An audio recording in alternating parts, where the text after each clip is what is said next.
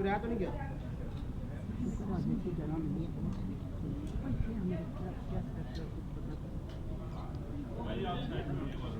अभी आपकी कमल मैम बताती हूँ क्या फैसला है। ठीक है, आपकी सेहत ठीक है?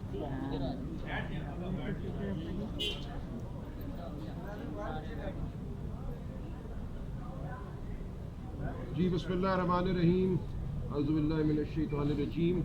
आज सुप्रीम कोर्ट के आईनी बेंच के सामने जो रिव्यू हुकूमत और सरकारी जमातों ने फाइल किया है, पीटीआई को जो सुप्रीम कोर्ट के 8 रुकनी बेंच ने 13 रुकनी बेंच में से 8 रुकनी अक्सरियत ने जो रिजर्व सीट्स मखसूस नशस्तें दी थी, जो हुक्म दिया था कि मखसूस नशस्तें पीटीआई को दी जाएँ, उसके ख़िलाफ़ जो हुकूमती और सरकारी जमातों के रिव्यू है उनकी समाअत आज जारी रही। ये समाअत अब कल पे गई है और अगले चंद दिन जारी रहेगी।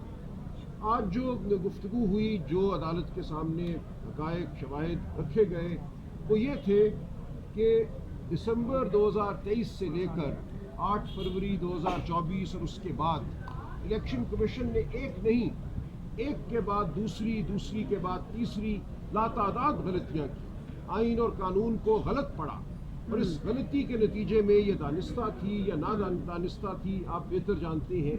उन्होंने ये कह दिया कि पीटीआई के अराकीन, जिनको पीटीआई के टिकट हासिल हैं, जिन्होंने अपने नॉमिनेशन फॉर्म में लिखा कि वो पीटीआई के उम्मीदवार हैं, उनको आज़ाद उम्मीदवार तस्वुर किया जाएगा। ये वो एक हमला था पाकिस्तान की जमहूरियत पर, जिसके असरात आज दिन तक हम सह रहे हैं। अवाम की जो ख्वाहिश थी कि वो पीटीआई को बतौर पार्टी मुंतखब करें, इमरान खान साहब को वज़ीर आज़म पाकिस्तान मुंतखब करें, उसके रास्ते में जो एक दीवार खड़ी की गई, उस दीवार को 8 जज साहिबान ने पिछले साल जुलाई 2024 में मस्मार कर दिया था। जज साहिबान ने ये कहा कि ये तमाम वाक़या, ये तमाम सानिया इलेक्शन कमीशन की वजह से हुआ है, इलेक्शन कमीशन के गैर आइनी इक़दामात की वजह से हुआ है। इलेक्शन कमीशन को कोई हक हासिल नहीं था कि पीटीआई के हिमायत याफ्ता, पीटीआई का टिकट रखने वाले अपने नॉमिनेशन फॉर्म में पीटीआई को अपनी पार्टी बताने वाले उम्मीदवारों को आज़ाद उम्मीदवार करार दिया जाता। अगर ये ना हुआ होता तो 8 फरवरी के बाद 9 फरवरी को तमाम तर धांधली के बावजूद पीटीआई बतौर जमात पार्लियामान में, नेशनल असम्बली में, सूबाई असम्बलियों में सबसे बड़ी जमात के तौर पर उभरती। ये एक साजिश थी जो पीटीआई के ख़िलाफ़ की गई। ये कहा गया कि ये तमाम उम्मीदवार जो मुंतखब हुए हैं, ये जिनको मुंतखब होने दिया गया, ये आज़ाद उम्मीदवार हैं। और उस वक्त ये एक मसला पैदा हो गया कि अब इन आज़ाद उम्मीदवारों को कहाँ भेजा जाए, क्योंकि मखसूस नशस्तें आप जानते हैं पार्लियामान का एक तिहाई हिस्सा हैं। ये एक बहुत बड़ी तादाद है ख़वातीन की और हमारे गैर मुस्लिम भाइयों की, बहनों की जो नशस्तें हैं उनके लिए मखसूस ये पार्लियामान का एक बहुत ही बड़ा हिस्सा है और पाकिस्तानी जमहूरियत का ये हिस्सा है। अब अगर सबसे बड़ी जमात को ये मखसूस नशस्तें नहीं दी जाती और दीगर जमातों में मखसूस नशस्तों को रेवड़ियों की तरह बांट दिया जाता है, तो पार्लियामान मुकम्मल तौर पे पाकिस्तान के अवाम की नुमाइंदा पार्लियामान नहीं रहती, वो एक गैर नुमाइंदा पार्लियामान बन जाती है। तो उस वक्त ये मसला हमारे लिए खड़ा किया गया। हमारे मुंतखब शुदा उम्मीदवारों को आज़ाद उम्मीदवार करार देकर हमें यह कहा गया कि अब आप मखसूस नशस्तों के हकदार नहीं हैं। हमारे सामने उस वक्त एक मिसाल मौजूद थी बाप पार्टी की, बलूचिस्तान अवामी पार्टी की 2018 के इलेक्शन के हवाले से। 2018 के इलेक्शन में बलूचिस्तान अवामी पार्टी ने हिस्सा नहीं लिया था बतौर जमात, लेकिन आज़ाद मुंतखब होने वाले उम्मीदवारों ने मुंतखब होने के बाद उस पार्टी को ज्वाइन किया, उसमें शमूलियत इख्तियार की और इलेक्शन कमीशन ने मान लिया उस शमूलियत को और उसकी बुनियाद पर बाप पार्टी को मखसूस नशस्तें दी गई।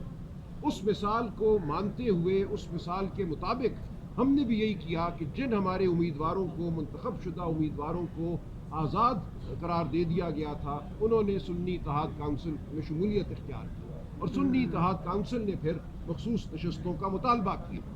और ये तमाम सूरत हाल पैदा इसलिए हुई कि पीटीआई के मुंतखब शुदा उम्मीदवारों को आज़ाद, गैर आइनी तौर पर आज़ाद करार किया गया।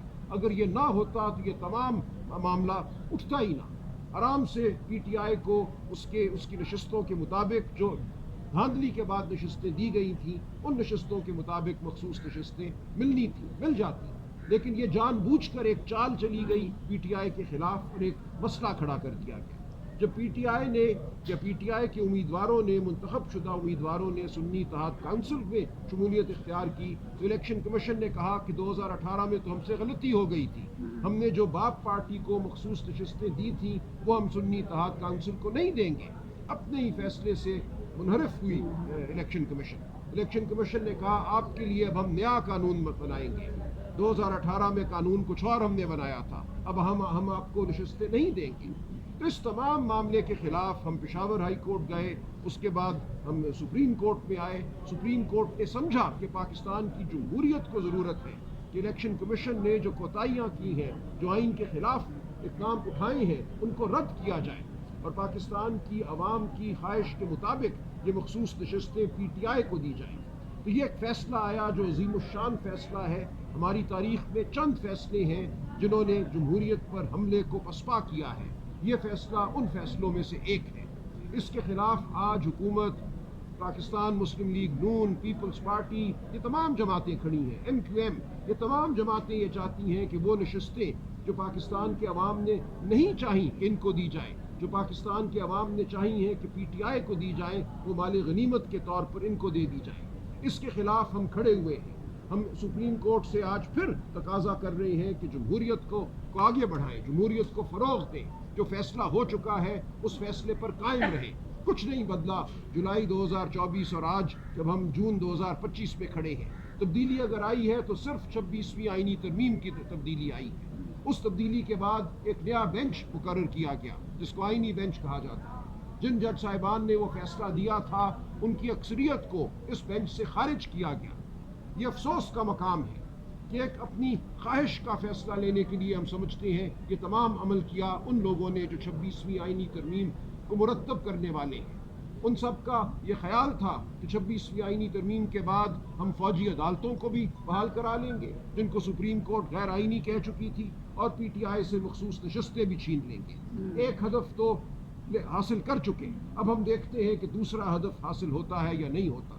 हम सच बात करते रहेंगे, हम जमहूरियत की बात करते रहेंगे, हम पाकिस्तान के अवाम की बात करते रहेंगे। हम डट कर खड़े हैं, हम मुकाबला कर रहे हैं। तारीख़ इस मुकाबले को याद रखेगी कि तारीख तरीन हालात में हमने जबर के सामने सच की आवाज़ बुलंद की, हमने रोशनी का दिया जलाया।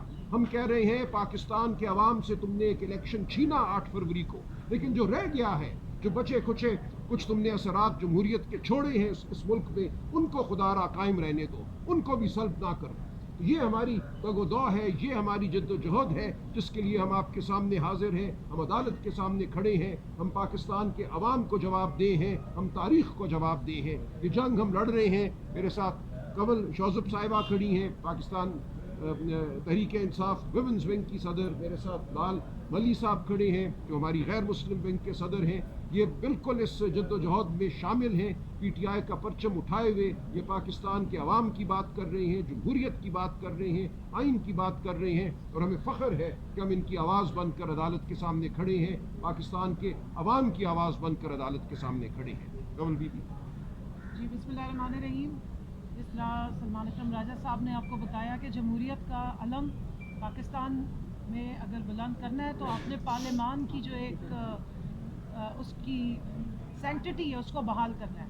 यहाँ पे पार्लियामेंट्री स्टाइल ऑफ डेमोक्रेसी या जमहूरियत कहलाती है, लेकिन अगर आप पार्लियामान को ही अंडरमाइन कर लेंगे, उसमें मुंतखब होने के जो तरीक़ेकार है उसकी ट्रांसपेरेंसी को ही चैलेंज कर देंगे, और उसका सबसे बड़ा आलाकार पाकिस्तान का वो आईनी इदारा बन जाए जिसका नाम इलेक्शन कमीशन ऑफ पाकिस्तान है, तो फिर किधर जाएंगे आप?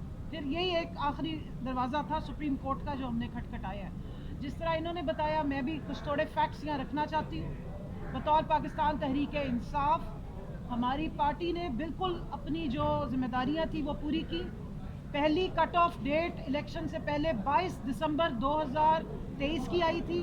फिर क्योंकि बल्ले का केस लगा हुआ था, 2 दिन आगे एक्सटेंड किए गए। हमारी तमाम खवातीन जो रिज़र्व सीट्स की उम्मीदवार थी या उम्मीद रखती थी, हमें हमारे नॉन मुस्लिम बहन भाइयों के सब ने 22-23 तारीख तक अपने सारे फॉर्म जमा करा दिए थे, और हमने अपनी लिस्टें भी जमा कराई थी।